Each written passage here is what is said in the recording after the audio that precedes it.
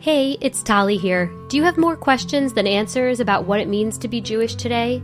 If you love the thought of exploring those big questions without expecting neatly packaged answers, check out Wondering Jews with Michal and Noam, a chart-topping podcast from Unpacked, a division of Open Door Media. Each week, legendary educators Michal Biton and Noam Weissman invite their listeners to join them as they wonder together about the big questions being asked by Jews and about the Jews, bringing curiosity, humor, and more often than not, some rather lively debate. So if you're looking for a thought-provoking show that favors the journey over the destination, Wondering Jews with Michal and Noam is the podcast for you. Subscribe wherever you get your podcasts today. Welcome to The 5 Books, where each week we talk with a Jewish author about 5 books that are near and dear to them. My name is Tali Rosenblatt-Cohen, and today I'm excited to speak with Rabbi Sharon Brous about her book, The Amen Effect, a powerful call to restore connection in a time of loneliness and division. I really came to see and understand that Mishnah Midot 2:2 really is our ancestors offering to us a response to the epidemic of loneliness, the deep pain, both spiritually and also physically, that comes from feeling socially alienated and isolated from one another, and also the great danger to our society, to our democracy, that comes when people are really experiencing this kind of profound disconnect from one another.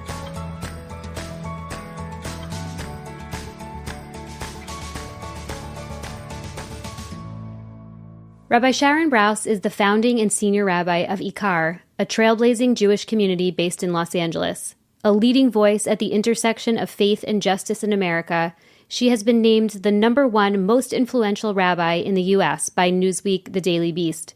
She blessed both President Obama and President Biden at their National Inaugural Prayer Services, and her TED Talk, Reclaiming Religion, has been viewed more than 1.5 million times.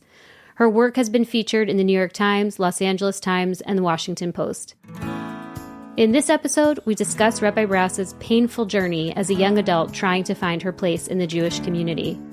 I realized that their version of Judaism was very different from what I had learned, and I was completely humiliated by my ignorance. I was essentially functionally illiterate as a Jew, and I had been going to religious school 2 and even 3 times a week when I was growing up, and it was so important to me, but I didn't know the rules. I didn't know the prayers. There was a kind of secret language that all the Jews around me on campus seemed to know and share that I had simply never been exposed to before, and it was particularly painful because my Jewishness mattered so profoundly to me. We'll also discuss the power of foundational stories, the idea that religion begins with asking the right questions, and how to stay in conversation even when it's difficult. Where is the root of our sorrow? Can we speak to each other from the place of that heartache? Can we ask one another, tell me what you see, what's breaking your heart? Help me understand you. And I think when we do that, we are rehumanizing the other person. Instead of saying, there's nothing for me to learn from them, they're just wrong. And I think that that is really the essential work of this time. This conversation feels especially fitting as we approach Shavuot, a holiday where we reflect on the sacred covenant between God and the Jewish people. Before we get started, I do want to share a reminder that this episode would have been the last of the season, but we're moving to an every other week publishing schedule. So we'll be back in 2 weeks and every 2 weeks after that with more books, more authors, and more recommendations. If you'd like to get reminders for when new episodes drop and a full list of each author's 5 books delivered straight to your inbox, subscribe to our newsletter through the link in the show notes or by heading to our website, 5bookspod.org. And now, let's get to today's episode of The 5 Books. Welcome to The 5 Books. Thank you so much for being with us today. The Amen Effect is one of those rare books, I think, that's both deeply spiritual and really grounded in real life. I know that it has stayed with me, as I think it has stayed with so many other people. So thank you for writing it and for being with us today. Thank you. I'm happy and honored to be with you. Thank you. So the premise of the Amen Effect is rooted in this beautiful Mishnah. I remember learning it. It's stayed with me for so many years. Can you start by telling us a little bit about that text and why it became the foundation for this book? Yeah, sure. I encountered this Mishnah by accident when I was in rabbinical school. It wasn't on any of the top lists of Mishnayot that one needs to study to become proficient learner.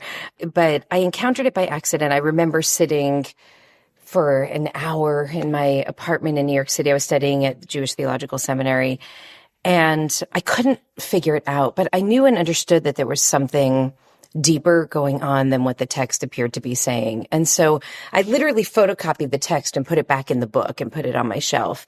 So the Mishnah describes that Jews used to come from all across the land and even from the diaspora, and they would ascend to Jerusalem, and then they would ascend the steps of the Temple Mount in Jerusalem, the holiest place. This ritual took place supposedly at all times whenever someone would visit, but I always envision it on the pilgrimage festivals because that's when the most people would have been there and the ritual would have been observed most dramatically. But essentially, they would ascend the steps, walk through this beautiful arched entryway at the Temple Mount. They would turn to the right and they would circle around the perimeter of the courtyard of the Temple Mount in Jerusalem. So imagine hundreds of thousands of people en masse circling. They would go in, they would enter, circle, and leave essentially right where they had just entered. Except the text says, Misha ero davar, someone to whom something had happened. And that person would go up to Jerusalem, up the steps, and go through the same entryway, but they would turn to the left when everyone else was turning to the right. And here this sacred encounter would occur in which someone who had come from the right would see the person who's coming from the left. They would look into their eyes and they would ask very simply, Malach, tell me what happened to you. Malach makif l'smol. What happened to you, person who walks to the left? Tell me about your heart. And this person would say, Ani avel, I am a mourner. And I extrapolate from that. I am a mourner. I am bereft. I am bereaved. I am ill. I am taking care of someone who's ill. I am lonely. I am worried about my child. I am frozen in uncertainty. I'm in pain.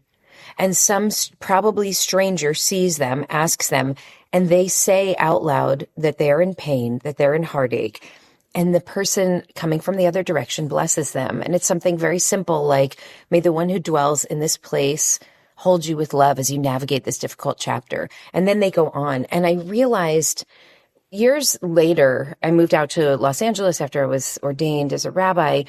And we built this beautiful community that was intended to stand at the intersection of a kind of revitalization of Jewish ritual and Jewish learning, and also our deepest attempt to build a more just and loving society. And we were working for 10 years furiously to do this. And then at some point around 2012, I started to realize that people were really coming to my office talking about loneliness. They were talking about their heartache, about how they felt that nobody in the world really knew or understood them. They worried if they disappeared, would anyone even notice? And I somehow kind of instinctively went back to this Mishnah, and I read it more deeply and differently than I had read it before. The text at that time, I realized that I had experienced more of life in the course of the 10 or 12 years in between. And I just saw it totally differently. And I saw that text as a response to a lot of what I understood that our people were experiencing. And then, of course, recognized that what my people were experiencing wasn't specific to Los Angeles or to IKAR, but was actually part of this kind of global trend, which now there's been a lot of writing about, that right at the time that everybody started to get cell phones and got on social media, that there was this kind of worldwide loneliness epidemic. And I really came to see and understand that Mishnah Midot 2:2, which presents itself as a very simple text speaking about really the architecture of the Beit HaMikdash, of the Temple Mount in Jerusalem, really is our ancestors offering to us a response to the epidemic of loneliness, the deep pain, both spiritually and also physically, that comes from feeling socially alienated and isolated from one another, and also the great danger to our society, to our democracy, that comes when people are really experiencing this kind of profound disconnect from one another. As I was dealing with all of these pastoral questions about loneliness and about belonging and about a sense of purposelessness that many people were feeling, that the power of the ritual, which this is something I didn't understand when I encountered it first, in my mid-20s living in New York City, the power of the ritual is that none of the people participating in this ritual want to be there. They don't want to have this encounter with each other. They want to be there maybe, but not with each other. The people who are having the spiritual peak moment of their lives, engaging in this incredible ritual, holiest day, holiest place, in the world, the last thing that they want to do is peel away from their friends and their family and their community and go check in on a stranger who looks not okay, whose eyes are red, who's walking in the wrong direction. It's totally counterinstinctual to do that. And when I was writing the book, I started researching and reading firsthand testimonies of people who completed the Hajj in Mecca. And the way that they describe that experience, for them, it's millions of people. As far as we can tell, for Jews, it was hundreds of thousands in Jerusalem. But same idea. I mean, this mass movement of people, and it's so counterintuitive to break from that kind of spiritual movement. And I mean, people describe their legs giving out. They burst into tears. It's just so powerful they feel so alive. It's such a transcendent experience. And to pull out of that, it's like the record skids to a stop because you see someone who's crying and you need to go check on them, something that seems so mundane. And yet that's exactly why they're there. That's precisely why they're there.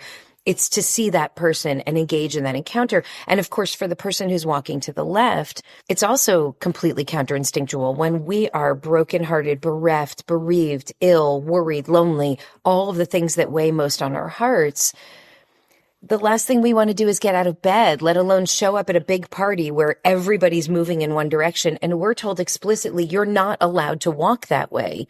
You have to walk the other way. And you have to show everybody that you're not like them and that you're vulnerable. And then when a stranger asks you, tell me about your heart, malach, you have to tell them the truth. We don't want to tell the truth about how lonely we feel. We don't want to tell. Everything we know about loneliness now is that it drives us to do exactly the opposite of what we need to do. So normally when we feel pain, when our hand feels pain on the stove, it's sending signals to our brain. In order to get safe, you need to move in the other direction. But loneliness, when it gives a pain to our body, when we feel the pain of loneliness, it's sending the wrong signal to us. What it says is retreat, retreat, get out of this awkward social environment. Nobody wants you here anyway. And so we pull away at exactly the moment that what we need in order to respond to the loneliness is connection. And so I realized that both of these parties are being asked to do something utterly extraordinary. They're being told at the moment that you most want to retreat from each other, that's when you have to turn toward one another. And if we can do that, then we can begin to heal, not only from our grief and from our pain, but from the social fractures that are literally driving us apart as a community and as a society right now. And so the message for me became very clear that this was the moral and spiritual heart of what we needed to do in order to respond to the pain that we were experiencing in our time. What's causing the rise in book banning? On my podcast, Velshi Banned Book Club, I speak with authors of banned books to try and find out. I think what they're really objecting to is that a young person has perceived the hypocrisy and corruption of the generation that has created their world. This book saved me in a lot of ways, and then I published it hoping to help people find a blueprint to heal. Season 2 of Velshi Banned Book Club. All episodes available now. On Death, Sex, and Money, we feature interviews with you, our community of listeners, getting honest about uncomfortable things. I developed an illness where it isn't safe for me to drive. A friend once said to me, sex is like air. You don't think about it until you're not getting enough. This is a similar sort of thing if you just replace sex with driving. Listen to Death, Sex, and Money wherever you get podcasts.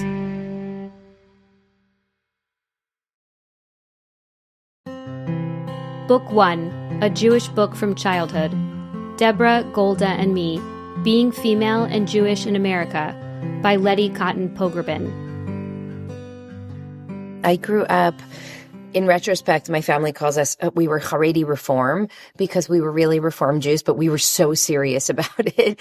And so we had this very strange and eclectic blend of ritual practices that were preserved from my grandparents to my parents to me. And looking at them once I began to understand more about halakha and about this kind of comprehensive system of observance, I realized there was no real order to it. It was just, these were these were remnants and pieces, but we held on to them. Like each one of them was the most sacred practice.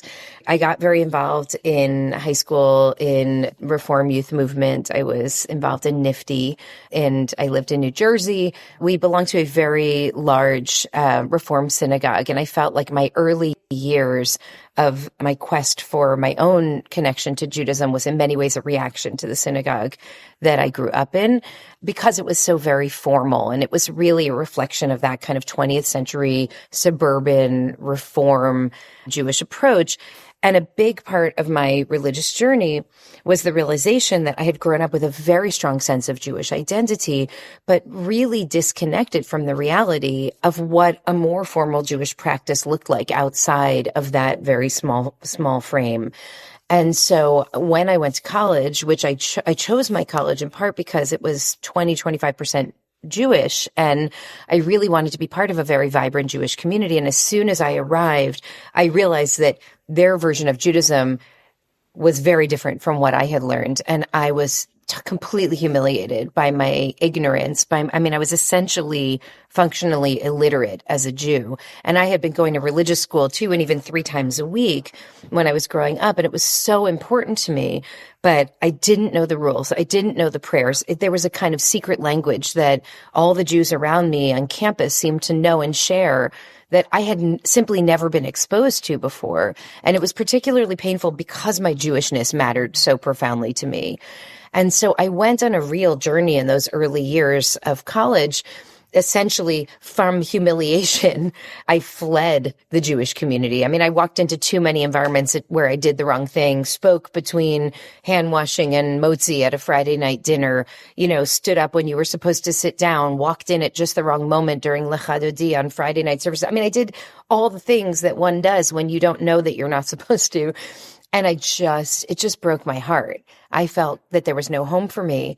And so I thought, I'm a New Yorker now. I'm a cultural Jew. I don't need to be religious. I don't need to observe Shabbat. I can eat bagels and read the New York Times, and that's my Jewish identity. And that's where I sat for a while, about a year and a half. And then there were really 2 things that happened. One of them was there was an attack in Buenos Aires on the Israeli consulate. And I remember hearing the news and feeling the weight of it as though it was my own family. And that really confused me because I was a universalist. I was a human rights activist. I loved all of humanity. I wasn't connected to, had this kind of Rosa Luxemburg, there's no special corner in my heart for this family versus that family. And it really felt differently to me than the rest of the horrible news did at that time. And I went to go explore what was happening. Like, why did I feel so deeply connected? I'd never been to Israel. I had no connection to Israel. I had no connection to Buenos Aires or the Jews of Buenos Aires. Like, why did I feel so wounded by this personally?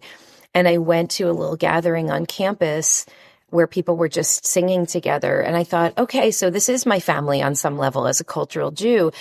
And then they started to sing Hatikva, which I was the only one there who didn't know the words to it. I'd heard the tune before in my childhood, but I had no idea that there were words to that tune. And I just thought, I can't sit in ignorance forever. I have to start to learn. And one of the first books that somebody put in my hand after that moment of kind of awakening, which really led for me to a year of like excruciating encounters with the Jewish community, me kind of trying to bang on the door to get into the party I wasn't invited to, going to every synagogue in New York City, trying to sit through services, trying to learn and understand and grow, and just feeling like all the doors were closing instead of opening for me. But one of the first books that I actually read in that time was the book by Letty Cotton Pogrebin, who is a, feminist journalist called Deborah Golda and Me, Being Female and Jewish in America. And somehow that book, with its kind of raw honesty about the challenges of living in and loving a religious tradition that doesn't always feel like it's loving you back, of having this deep yearning to be fully a part of something that doesn't really make space for the fullness of you, it just struck me at the right moment in the right way. And it made me want to fight for it. It made me feel like this is my inheritance too, and I have a right to sit at this table. It's so painful to hear that your encounter of the Jewish community also included these moments of feeling so excluded.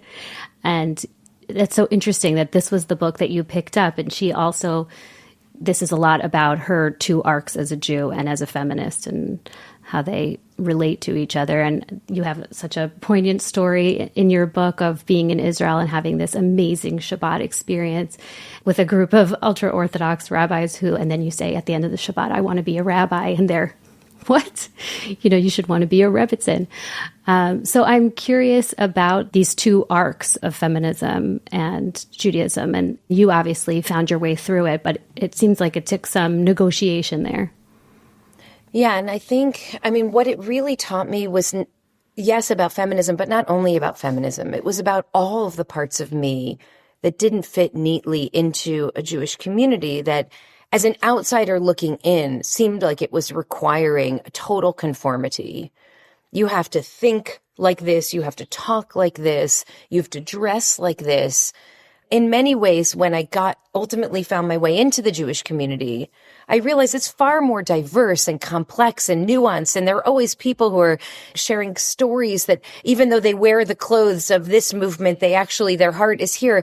But also there's truth to that experience that I had. There are ways in which there is a script that operates in the American Jewish community. And when you break script, you do so at your own peril.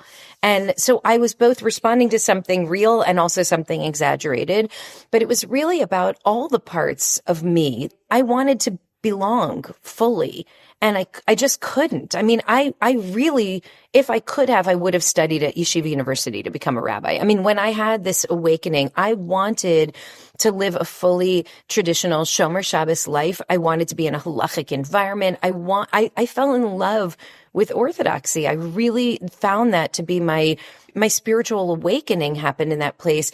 And yet I was constantly bringing up issues and challenges that there was really it seemed that there at that time was no room to answer to a person like me.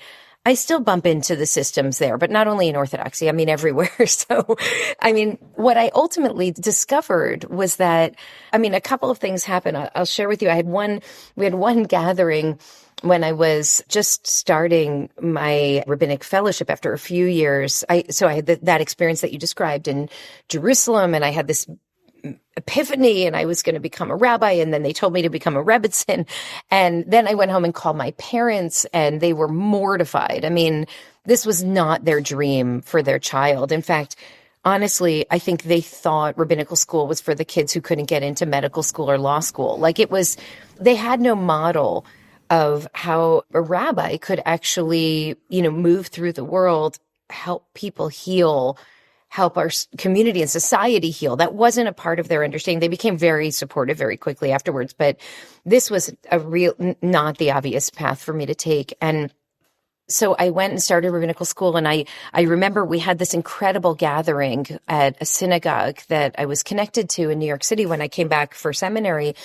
And it was a gathering of rabbis from all different denominations talking about the critical, urgent justice issues of New York City in the late 90s. And so we were talking about homelessness, and we were talking about police brutality, and talking about really difficult issues. And it was incredible that all these Jews were in the room together. We had Haredi rabbis who agreed to show up in a room with Reform rabbis and conservative. It was kind of astonishing.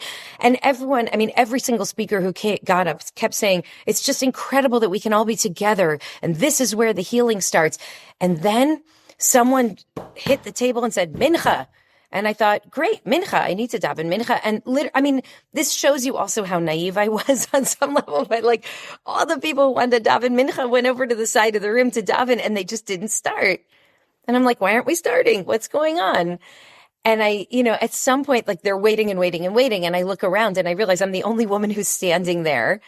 And so I'm horrified. And so I find myself moving to the back of the group. So I'm standing behind all the men. I put that on myself, and they still won't start because there's no mechitza in the room. There's no separation for the men and the women. So that means I literally can't stand there at all. Otherwise they can't pray. And I realize I am an obstacle to their experience of Klal Yisrael, of Jewish people coming together. Like my very being as a religious Jew who's who's taken on davening 3 times a day and observing Shabbat and observing Kashrut, all the observance that I had taken on, my love of God, my love of Jewish text and tradition, I was an obstacle to these men having the powerful unifying experience of being able to pray together, because a Haredi rabbi can pray with a Reform rabbi as long as they're all men. And it was devastating for me. And so it's not just the gender issue.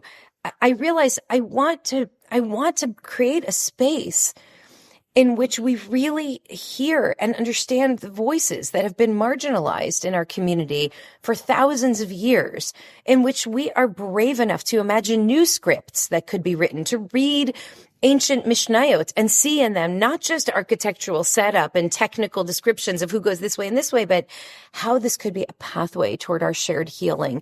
And so while the book is specifically speaking about the 2 arcs of feminism and Judaism, the 2 great loves of, Letty's life, for me, it taught me something even bigger, which is how can we imagine the most expansive version of our tradition so that there's room for all of us here, so that we can all find a home. Because that experience of feeling like you're banging on the door of the party you weren't invited to, and if you can get in, I used to have this image, they wouldn't let me in the front door, so I was running around the side of the house to see if there was an open window, and I would jump in because I really wanted to be at this party, only to get in and realize they did not want me there, So I don't want anyone to feel that way about our community.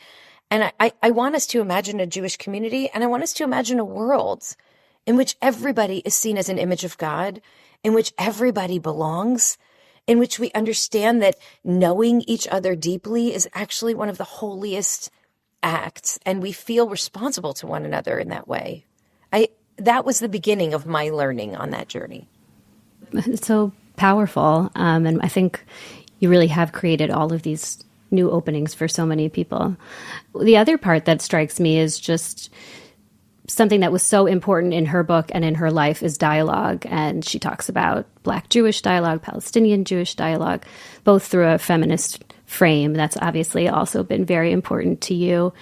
And she also talks about how the anti-Semitism that she experienced as part of the women's movement, in particular at certain UN events between 1975 and 1980, that really precipitated her return to Judaism as a result of that exclusion. That then, she reconnected with her Judaism, and there was this emergence of a space for Jewish feminist women.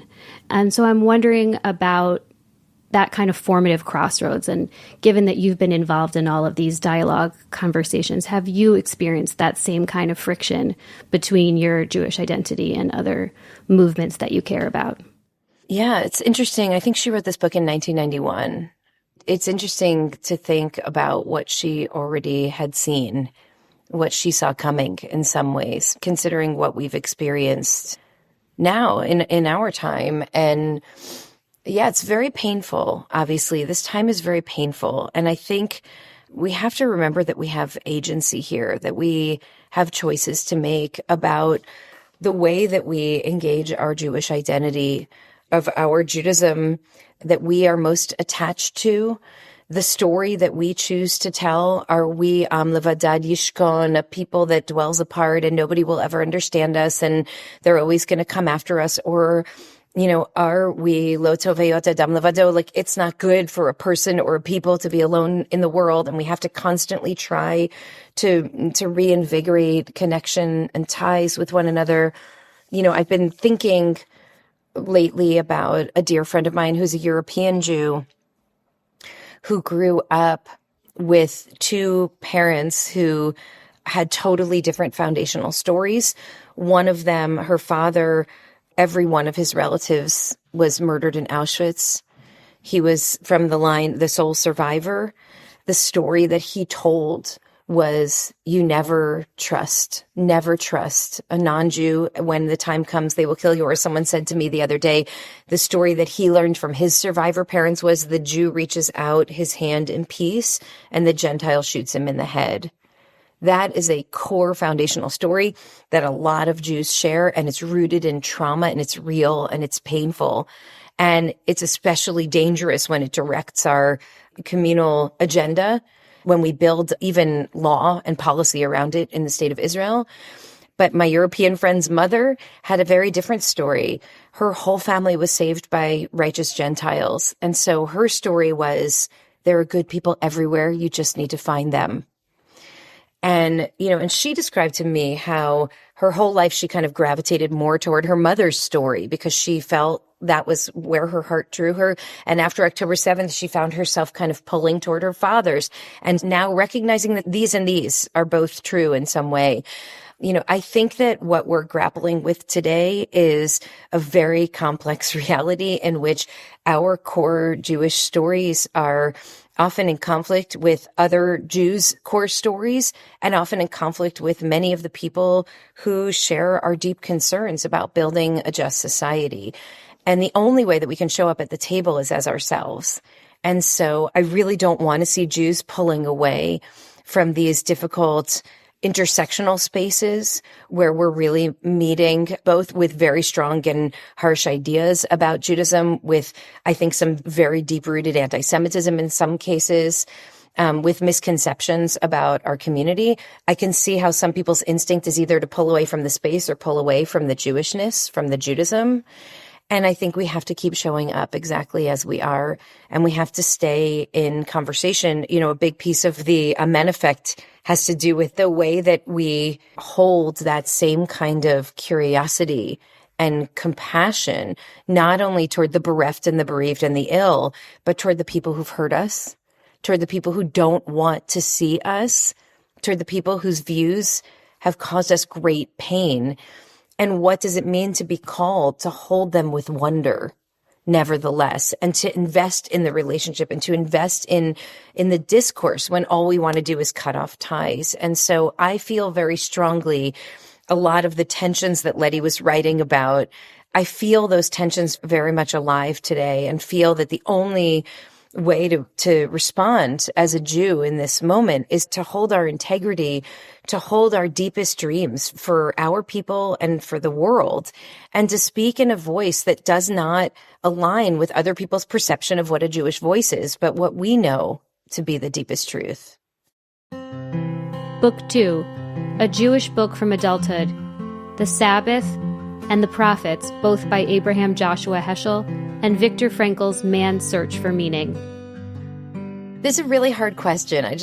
I'm sure your listeners know this, but you asked for a book that we read as an adult that impacted our Jewish identity. And I was trying to. It's really, much harder for a rabbi.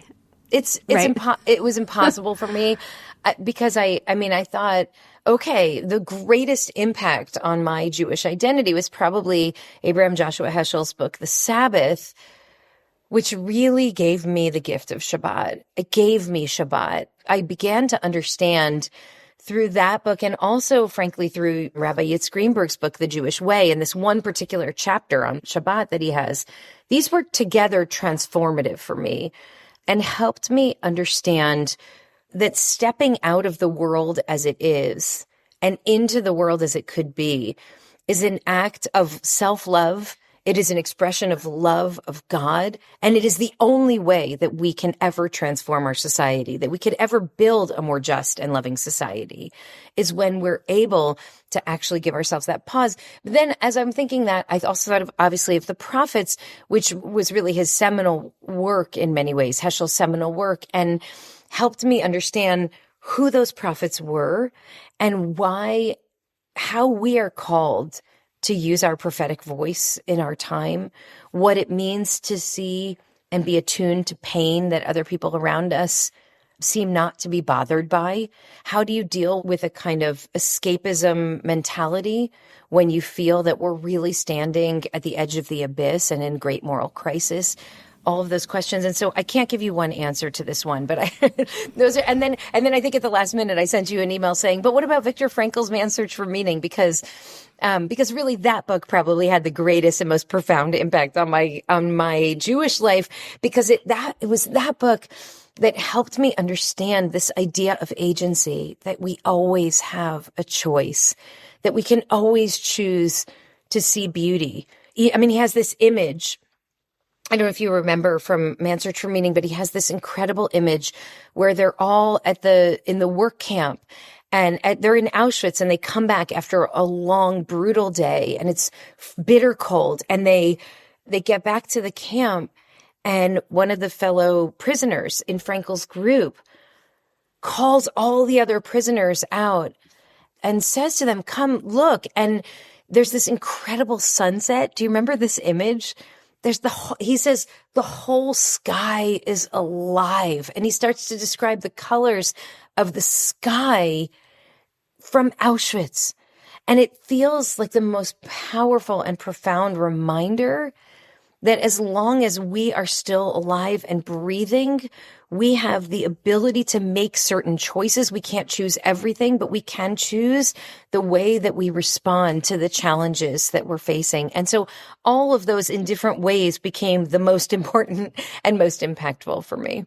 I see all of those in so much of your work. Certainly Heschel, whether it's the Sabbath or the Prophet, so many of his ideas are centered around this idea of questions and the big questions that man is called to respond to. And you write about how IKAR was founded on the premise of these two questions that you were responding to, and the idea that religion begins not with answers, but with the rediscovery of the right questions. That feels really central to your work. So yes. What are the questions that you find yourself returning to most often, both personally and as a spiritual leader? What a great question. Well, the two questions that you alluded to are the two questions that we really started the community with. One was, how can we mine our Jewish inheritance to live lives of meaning and purpose? Right? How can we access what I couldn't access when I was, trying so desperately, going from synagogue to synagogue, trying to respond to the humiliation by learning and couldn't find my way in. How can we access the depth of that connection? I had one of these moments over Shabbat, by the way, where I was learning the Parsha and trying to put together a sermon and learning, and I couldn't crack it. I just couldn't crack it. And so Shabbat came in, and that for a rabbi, that's not good news when Shabbat comes and you haven't finished figuring out. And then I spent all of Friday night just thinking about it, and all of Shabbat morning thinking and talking to my husband about it and trying to figure out this one puzzle that I couldn't answer. And then all of a sudden I saw it. It came into focus right before we started walking to shul. And I realized that's the thing, like that owning your tradition, accessing your tradition with enough awareness that you can actually draw the messages that we need in order to live more purposefully in our time. So one question was, how can we do more of that? And the other question was, who are we called to be in times of moral crisis as Jews and as human beings? And those were the two driving questions that we started IKAR with. And those are really still the two dominant questions of my rabbinate, in addition to a third question, which kind of emerged out of the book, which started as a sermon, which started as lots of, painful pastoral visits with people, which is, how can we best love each other in a really painful time when all of our hearts are broken? Can we find our way to each other in shared sorrow? Or does our heartache make it impossible for us to see each other? So that's a kind of third vector that I'm also adding to the mix of really investing in our Jewish roots and our Jewish inheritance, our Jewish tradition, and asking this question. So why did our Torah survive for thousands of years? What is it trying to tell me about how I need to live now, given what the challenges are and where the pain is now? And how can I move that away from the abstract and into the very real and very close and very intimate? Because as I write in the book, I had for many years believed that our community was one of the communities that took so seriously Dr. King's quest for the beloved community, for building a world that was devoid of racism and exploitation and war and suffering and starvation and pain. And I realized at some point, you cannot build that world out there unless you invest in that world internally. And that means in your smallest and most intimate circles, with your friends, with your family, with your core community. Can we treat each other as images of God? Can we love each other? So these three questions are all obviously deeply entwined, and they were and are the core questions that I ask myself literally every day in the work. When you think about IKAR, what are the elements of IKAR that you think are meaningful in other communities, whether Jewish or otherwise, that you hope others take away from this model that you've built? One of the most powerful and emblematic aspects of the community now is that people really do show up for each other.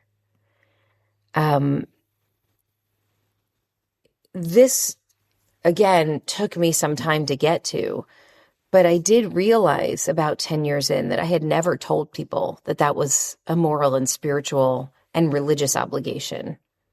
I mean, I talked about all kinds of other obligations. I never talked about how going to the funeral, going to the Shiva is a moral and spiritual and religious obligation. And once I said it, people did it. And I mean, of course, there were people who did it before, naturally, because that's who they were and that's how they were raised. But this is something that in Orthodoxy, I find they do so well. People just know and understand that when there is a loss, they just have to show up and fill the fridge, and just make sure that this family, that this individual knows that they're not alone, even in the depths of their sorrow. And it's not something, frankly, that we do very well outside of the Orthodox community. I'm very moved by that. I mean, what happens now at IKAR, and literally what it required was me just talking about it and saying, this is something we need to take seriously. But what happens now at IKAR is not only do people show up at funerals for people they do not know in the community, like, I don't know you, but your father died, so I'm going to your funeral, because that's what community does. They don't only do that. They literally run up to the front of the room and dance with kids who they don't know as they become B'nai Mitzvah. I mean, there's something so profound about that message. They show up and set up the house for Shiva. They go to the hospital and bring baskets. They just show up. And it takes my breath away. And that's something that I feel some church communities do that really, really well. Some shuls, especially Orthodox shuls, do that very, very well. Thank God our community now does that really well. I mean, that's one of the things. Beyond that, I really set out to create a davening experience, a prayer experience that would be able to speak to the hearts of a very broad spectrum of Jews in terms of religious knowledge and observance. That broad spectrum has always been in our community, and I think it's one of the things that's very unusual about IKAR. We have a lot of rabbis, a lot of PhDs in Talmud, a lot of history professors, Jews who are kind of in the know, and Shomer Shabbos Jews and Jews who will, walk in the pouring rain to get to shul. And then we have a lot of Jews who will drive an hour or 2 hours to get to shul. I have Jews who tell me that they're proud that they ate a bacon maple donut before coming to shul. And I love that. I love the diversity of the community. I love that in that space, there are people who are incredibly knowledgeable in Jewish text, and there are people who are lawyers and judges and have never studied Jewish text before. And they're encountering the same learning together when we sit together on Shabbat morning. And so that kind of diversity is really important to me in terms of observance and knowledge. But to create a prayer environment that could speak to all of those people at once is really critical. And speaking of books, I remember reading David Weiss Halivni's book. I think it was in the book In the Sword, where he wrote, one of the great tragedies of my life is that I can't talk to the people I pray with, and I can't pray with the people I talk to. And I wanted to create a community in which we could pray with the people we talk to, and we could talk to the people we pray with. And so in order to do that, we have to be very careful with language that we use. We have atheists, we have people of faith, they're all praying together. So we're always aware of kind of protecting that diversity in the community. We have to have incredible music, a culture of music that takes people by surprise, that invites people in, that brings a kind of richness and diversity of sound into the space. And that's been really important, working on that with Hillel Tige, who's our music director, and this incredible davening team and rabbinic team that we have. And the one last thing I'll say that I think is kind of an ingredient at IKAR is about storytelling. We believe that in order to build relationships with each other, that we have to make the space to tell our stories and to hear each other's stories. And so for the Yizkor book, for our memorial service, we have people tell the story of their loved ones, put a picture in and share memories. What was challenging about them? What was a story that kind of embodied who they were? How did they stand at the crossroads? And what do you think of now when you think of them? We learn each other through our shared stories. And I think that that's a very beautiful part of the tapestry of IKAR. Book 3, A Book That Changed Your Worldview, Homegoing by Yaa Gyasi. I read this novel, Homegoing by Yaa Gyasi, 2 or 3 times. Each time it was as delightful as the first, by the way. Delightful, painful, beautiful, wondrous. It's 10 generations of descendants of 2 sisters in Africa. But what I'm so moved by with this book, and why I want to read it again after this conversation, is the way that it deals with multi-generational trauma. It looks at the impact of violence and enslavement and the depths of human cruelty that is visited upon the descendants on both sides.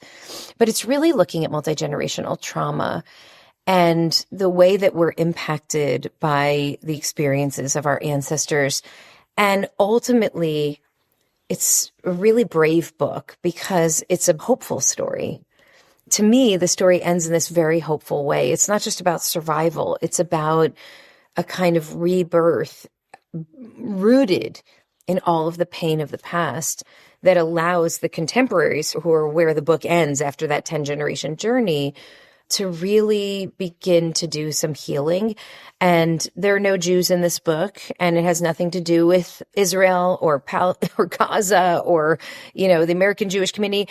But it felt like it was speaking to me in a very personal way, not only helping me understand her story, and also people in my community who I know and love who come from Ghana and whose families are still in Ghana, and also just being a part of racial justice spaces here in the United States. But it helped me understand the way trauma impacts the system in our own Jewish families too, and how there might be ultimately some kind of hopeful outcome. The reason I'm mentioning it especially now is because it's so hard to attach to hopeful outcomes right now. There's just so much sorrow, and it looks really bleak. I have talked to 2 optimists in the last 6 months, but I think they're outliers. I think most people who I talk to are looking at the reality on the ground, and it looks like we're sinking deeper and deeper into a very dangerous and very dark chapter of human history. And this book is written with full, honest awareness of what the darkness could look like. And it emerges into this very hopeful present. And so for me, it's a reminder that the trajectory is not set. And in fact, our journey is one that has to move, me'afela le'ora, from darkness to light. That is the ultimate Jewish journey based on the experience of the Exodus from Egypt. But it's something that is really that's the trajectory that we map on to all of our human experiences since then, from enslavement to freedom, shi'abud, and me'avdut, from enslavement into lecherut, into liberation, from degradation into dignity. I actually heard the Savta of Eidan Alexander use this language of this trajectory last week when they found out that Eidan was coming home. And she said, this is our Pesach. This is our Passover. This is our Yetziat Mitzrayim. My grandson is moving mishabud lecherut, from enslavement to freedom. And so we use this paradigm and this map that it is possible to move from darkness to light, and yet the darkness feels so heavy right now. And so I really appreciated this book that came from a totally different tradition and told stories that I had never heard before. and basically come ultimately to the same conclusion, which is that healing is possible and that our dignity can be recovered even after horrific indignities, and that there is a way to move forward from the darkness into light. Book 4, the book you're reading now, The Postcard by Anne Barrist. I think it just came out a year or two ago, written by a French author who's, I think it's autobiographical. She's exploring this anonymous postcard that's sent to her home that tells the names of her relatives who perished in Auschwitz. And so she goes on this kind of journey to try to understand what actually happened to her father. And she's a secular, sort of disconnected Jew. The search to try to figure out who wrote this leads her to uncover the story of her family and her own identity. And it's a beautiful book. Book 5, the author's latest book, The Amen Effect, Ancient Wisdom to Mend Our Broken Hearts and World, by Rabbi Sharon Brous. You're often seen as a moral, spiritual voice for the Jewish community, sometimes in moments of pride, inaugurations of Obama and Biden, and sometimes in moments of deep conflict. How do you carry that responsibility, especially when you know that there is disagreement within the community about what that voice should sound like? I'm always concerned that I not misrepresent our Jewish tradition and that I not endanger people's lives. And I feel that I have to speak the truth. And so I'm constantly navigating that dynamic. I'm never speaking recklessly. I think before I talk because I want to make sure that I can stand by what I've said.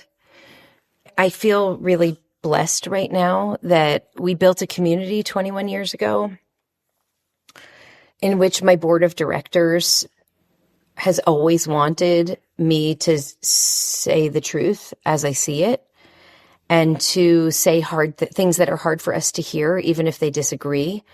And so that gives me both an incredible privilege and also a responsibility, because it means that I have to say things that sometimes people who really agree with what I'm saying can't say out loud because they will get fired. It's not to say that there's not a price to pay for saying some of the things that I say. I've lost donors, I've lost board members, and I've lost friends. I'm not proud of that. I mean, that's very, very painful for me. But I feel ultimately that I have to speak. And I do feel this very profound sense of urgency. I think we are in a moral emergency right now. I think that our Jewish community is breaking at the seams. I think that Israel is in such a precarious state right now. And it's really hard for people to find the language to speak from a moral voice about what's happening, because for so many years, that singular script in the American Jewish community has shut down most attempts to speak outside of the script. So a lot of us don't have the moral muscle to do what we need to do right now, with some few wonderful exceptions, of course, of colleagues and folks in the community. But I think that we're in crisis and we have to speak. And I understand that that doesn't make people happy. I mean, every time I open my mouth, I get this onslaught of anti-Semitic, misogynistic, violent threats, sometimes or even often coming from within the Jewish community. This is obviously hard. I feel really grateful that I have a platform where I can actually speak, because the response that people offer to what I say makes me feel that it's even more important that I say it. I mean, you do walk this very thin line, and keeping people in dialogue and in conversation with each other is so important. It's something that you write so powerfully about. I'm wondering what wisdom you have, especially for parents and children, about staying in relationship in moments of deep disagreement. We just did a session last night for how to talk to our kids about Israel-Palestine, and one of the hardest sessions that I did in the last year and a half was with progressive Zionist and mainstream Zionist mothers with their anti-Zionist daughters. which was not within the IKAR community, but in the kind of broader LA community. They asked me to come and do this session. And what I found was that our families are being torn apart by this conversation right now. They are being torn apart. They feel that the other is placing them at existential threat. And so what we have to do, I feel really strongly about this, is learn how to root in our own values and to see the other with curiosity, with humility, and with compassion. And so this means, instead of focusing on how am I going to convince my child that they're wrong and I'm right, or my parent or my sister or my, ex-friend who posted something on Instagram, it means approaching the other with genuine curiosity and actually holding on to who we are and what we believe at our core, but engaging the other with a genuine interest in learning what they see. Now, going back to this metaphor from Midot, from the Mishnah, about the circling, when the person coming from the left is not a brokenhearted necessarily, but is a menudeh, is an ostracized person, which is the second category that the Mishnah uses, they too are met with the question of, tell me what happened to you? What happened to your heart? And they respond saying, I've been ostracized from this community, meaning my words or my ideas or my actions have really harmed people here, and they are also received with a blessing. And what I think that is telling us is that we are called to approach with compassion and curiosity, not only the people who are grieving the death of loved ones, but the people who are maybe not even coming toward us, but coming at us, people whose ideas and views and perspective feels like an attack on us, or may actually be an attack on us. Can we turn to them with curiosity and say, tell me, what do you see from your perspective? Because I'm coming from this direction and you're coming from that direction. We literally see things differently. We have different narratives. Your narrative is your whole side of the family perished in Auschwitz. My narrative is righteous Gentiles saved me. Your narrative is you're reading, how many children died in Gaza from that aerial strike. My narrative is I'm hearing from the hostage families that time's up. There's no more time. So where is the root of our sorrow? Can we speak to each other from the place of that heartache? Can we ask one another, tell me what you see? What's breaking your heart? Help me understand you. And I think when we do that, we are rehumanizing the other person. Instead of saying, there's nothing for me to learn from them, they're just wrong. They may be wrong, by the way. But when we say that, we're dehumanizing them. And there's enough dehumanization happening right now. I mean, the whole premise of eternal war is that the people on the other side are subhuman, right? What we need to do is the antithesis of that mindset. We have to rehumanize each other, and in so doing, we become more human ourselves. And I think that is really the essential work of this time. Can we reclaim genuine curiosity, humility, and compassion in talking to each other about even the most painful, most challenging questions that are confronting us today? It's such a powerful framing. I just really want to thank you for being here. I think your teaching and the Amen Effect in particular feels like a book that's a guide and a comfort at a time like this when so many people are searching for both. So this was a really helpful and reaffirming conversation for me. Thank you. Thank you. I'm so honored to be with you. Thank you for this beautiful conversation. Thank you so much for joining us today for the 5 books. Our guest today was Rabbi Sharon Brous talking about her book, The Amen Effect. You can find a link to the book and all the others Rabbi Brous discussed in our show notes. If you'd like an email reminder to keep you up to date with new episodes, plus links to all the books we discussed directly into your inbox, you can sign up in the show notes or on our website, 5bookspod.org. If you enjoyed our show, please be sure to subscribe and share with friends and family and rate and review in Apple Podcasts or wherever you listen. Rating and reviewing really does help new listeners find our show.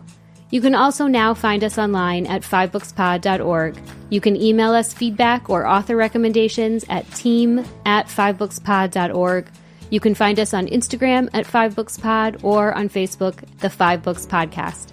I'm Tali Rosenblatt-Cohen. Our producer is Odelia Rubin. Editorial and website support from Sarah Waring. Music by Dove Rosenblatt and Blue Dot Sessions. Art by Dina Friedman. Thanks especially to Greg Rosenberg, Shoshi Rudinsky, and the Jewish Book Council.